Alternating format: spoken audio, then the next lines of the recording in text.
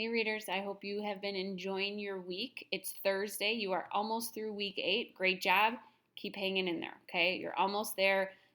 There's a light at the end of the tunnel, all right, with virtual learning. We can see it just a week and a half or a week and a couple days left here. So, if we take a look, you have covered circular flow for the economy as well as the global impact on the economy, or the impact of COVID on the global economy, excuse me.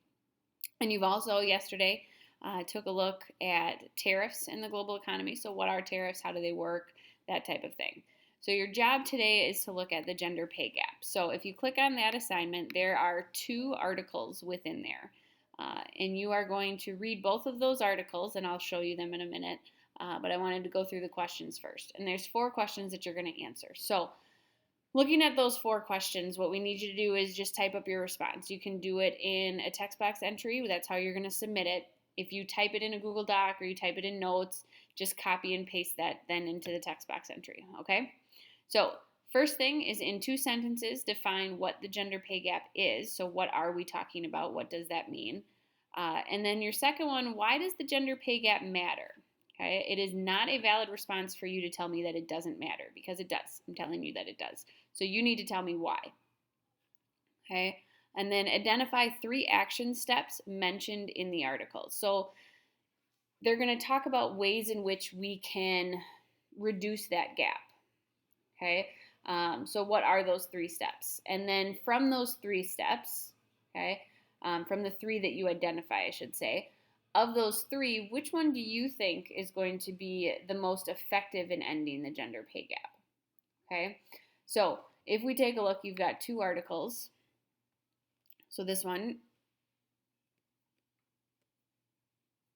is done by time. So just how bad is the gender pay gap? It's going to go through and talk about what it is and how it works and kind of where they've gotten their information. Okay, so it's not too bad in terms of length, and it's got some graphs and things in here for you to take a look at. Okay, so not bad at all, rather quick reading. And then equal pay day, so how to close the gap.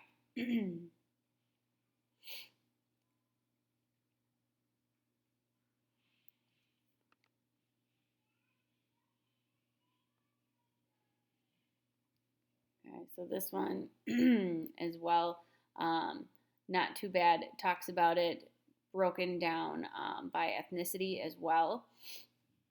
And then here, that question that talks about action steps, this article has most of them, so you can find that in this section. Okay.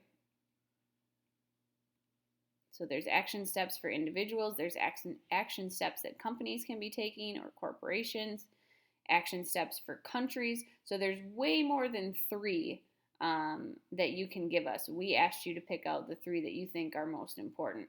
Maybe that means you pick one from every section. Doesn't have to be that way.